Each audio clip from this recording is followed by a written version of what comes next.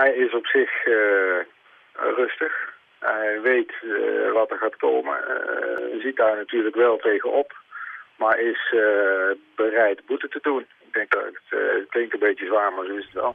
Hoe bedoelt u dat, bereid boete te doen? Hij weet wat hij heeft gedaan. Hij weet dat hij daarvoor terecht zal moeten staan. En is daar ook toe bereid. Nu is het zo dat Bouke Vaatstra heeft aangegeven dat hij vooraan wil zitten. Want hij wil de verdachte kunnen zien. Kunt u aan zijn wensen voldoen?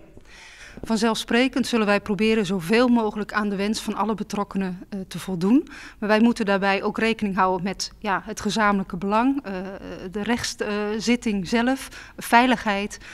Maar vanzelfsprekend gaan wij proberen om er heel zorgvuldig mee om te gaan. Naast de familie en orenbelutsenen zullen morgen 40 journalisten naar de Louter Jochtbank komen.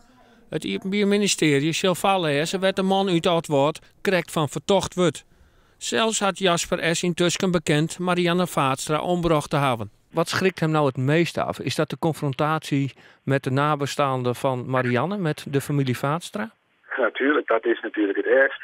Maar het is ook vooral de confrontatie met wat hij gedaan heeft. Alles wat hij 13 jaar lang achter een grote eikenhouten deur heeft gestopt, met 3-dubbel beslag, dat komt nu naar boven. En dat is natuurlijk ongelooflijk confronterend.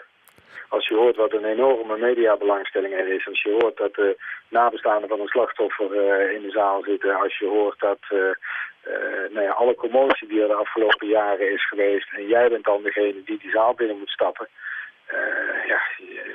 dat is natuurlijk dat is geen sinecure. Burgemeester Bilke van Kollemeloon had nog met de familie praat. Hij had de indruk dat het redelijk meisje gaat. Mijn indruk is dat het al je nog komt. Want ze werken natuurlijk van ene fase naar de oren. Ook komt weer een proforma zitting aan. Ze komt de echte zitting. Wij praten over hoe gaat het nou met jou en dat soort dingen. Maar, en ook wat zakelijke dingen. Hoe is het nou met de pleats? En hoe komt het met bedrijf en zulke dingen. En hoe gaat het met de band?